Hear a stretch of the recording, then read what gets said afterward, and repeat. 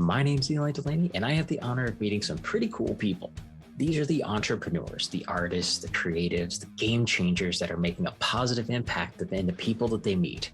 And I'm a firm believer that the people that you meet can get you anywhere you want to go. And this show is my way of sharing them with you. It's my way of also helping you meet cool people.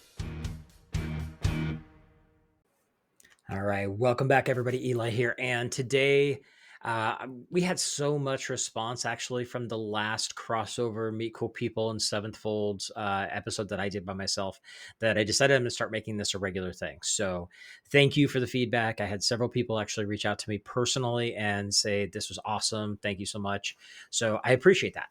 So today I want to go into a topic that I think is very relevant for just about anybody, especially for those of us that are in business. As we all know, the last few years, life has been kind of crazy, and it just kind of there tends to be a lot of hit after hit after hit type of things. So let's talk about the virtue of resilience. And I want to go through 5 questions that are going to help you get over that process, especially when you're at that point where you're thinking about quitting. And these are things that I ask myself. These are things that help me get through the day. And, because we all have bad days. Reality is that that's just a fact. So let's just dive right into it. The first thing you want to do, if you are suffering from that point of procrastination and just not getting things done, and you just don't want to do it, and you feel like you're about ready to give up, one of the first things you want to ask yourself is, what's the specific problem I'm trying to escape? And think about that for a minute, because a lot of times people don't realize how much it's actually based on something else that's going on in their world. And so chances are there's some piece of, and it may not even have anything to do with your actual business or the project or whatever it is, but there's something you're trying to get away from. And you want to make sure that you know what that really is. Because if you don't know what that is, you're going to think it's a bigger picture, or you're just not a very good person, or you're not good at something, or whatever all the negative self-talk stuff is that we go through. And reality, it could be you're burned out. You're tired of doing that particular thing. And for me personally, I go through this exercise, and when I saw this question originally, it was like, yeah, there's probably some validity to that. For me personally, one of the things that I run into a lot is that I work very hard. I work a lot, and I don't really take time off, and I burn myself out, which is, we all know that's not a good thing. And so when I actually get to that point where I do truly procrastinate, like on a day that I'm supposed to get stuff done and I've got time to get stuff done, and then I just don't get it done, a lot of times that's actually because of the fact that I hadn't stopped to realize I needed to actually shut down for a bit. And my brain is trying to escape from the consistent hustle. And so that could be what it is. And it could be you're just burned out of doing the thing, and it's time for you to make a pivot or change, whatever term you want to use with that, to evolve. Some of the things I'm doing right now are actually a version of evolution in my world. I like to say pivots are when things happen all of a sudden. You have to make a shift. 2020 was a great example of that. Most of us had to make a pivot because we didn't have time to evolve to something else. And then there's times where we have to evolve to something else. We have to think about it and realize, okay, it's time to move on. And so you have to ask yourself that question: what is the baseline reasoning for me wanting to quit, or why I'm procrastinating on this? So stop and think about that.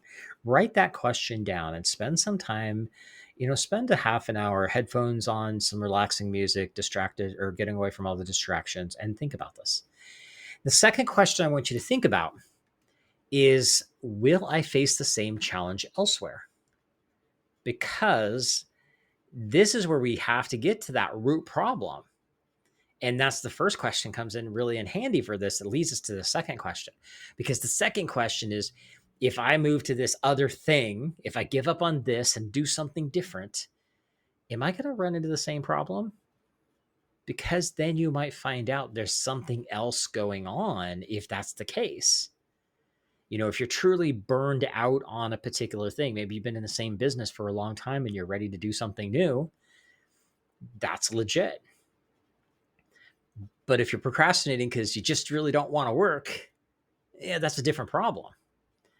And so if you ask yourself this question, will I save it or will I face the same challenge elsewhere?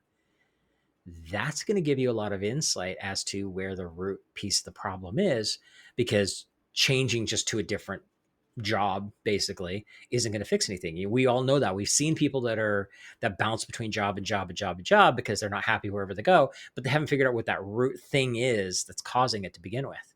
Okay. And the next thing you want to think about is, what skills could I build by staying? Could it actually be in my best interest to keep doing what I'm doing? Because maybe I'm just not good enough yet. People who are natural achievers tend to give up a lot easier than people that struggle. Because if things are super easy for them, they'll keep doing it. But once they get hard, they're like, yeah, I don't want to do it anyway. And they move on. And then they never really excel at that thing. And so stop and think about this. If you're actually going to do the thing and stick with it, that project, that business, whatever it is. I mean, I could use business as a great example. We know so many people that bounce between business and business to business, or starting something new every year. And most of that is because they don't have the gumption to stick with it, to give it time to actually work. And so think about that one. Okay. Now, question number 4 is, who's counting on me to push through? Now, this is a big one. This is where you have to think about other people. If you've got a family, if your family is counting on you to push through and figure this thing out instead of starting over from scratch someplace else, you might need to actually do that. And a lot of times when we start doubting ourselves and getting on that situation where we want to give up, we feel like we're a failure, we feel like we're not doing the right thing, we start to give up and use the excuses and say, it's just not for me, I should do something else.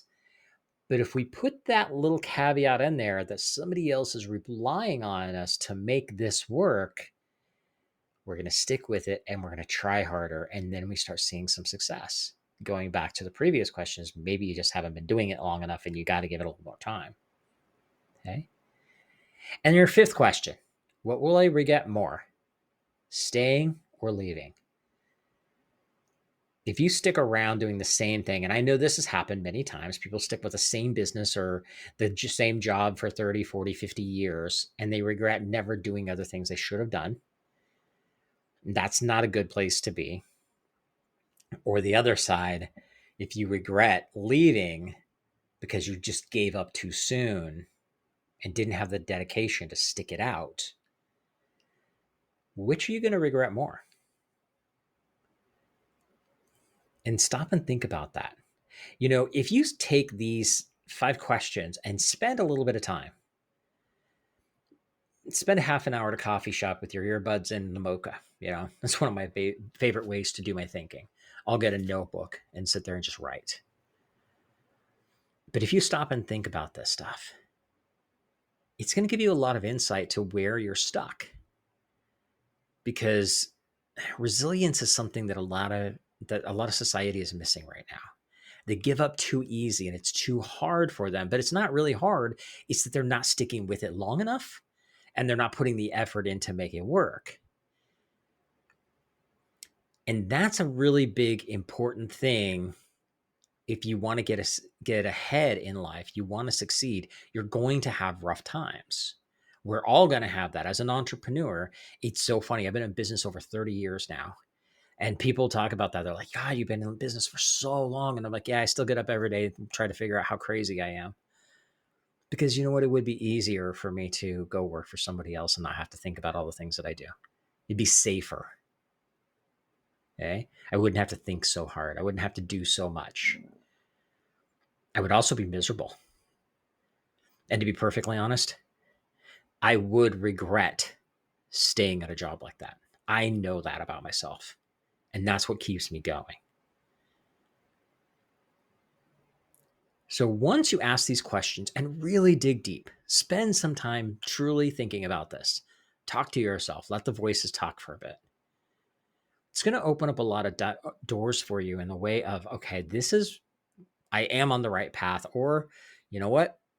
I don't know that I really am on the right path. Maybe it is time for me to make a shift. Okay. The key with this is when you start asking better questions, you're going to get better answers. You've probably heard that phrase before. It's been around forever. I think the first time I heard it was from Tony Robbins. But it really is true. And sometimes those questions you have to ask yourself, because a lot of times no one else is going to ask them and you have to do it. So hopefully this was helpful for you. And hopefully this helps you understand what resilience really is. And if are you sticking with something for resilience? Are you sticking with it? Or are you giving up because you're making it you're giving up too easy? Because resilience truly is a virtue. Sticking with something until you know it's just not the right thing. That's a powerful thing because most people won't do it.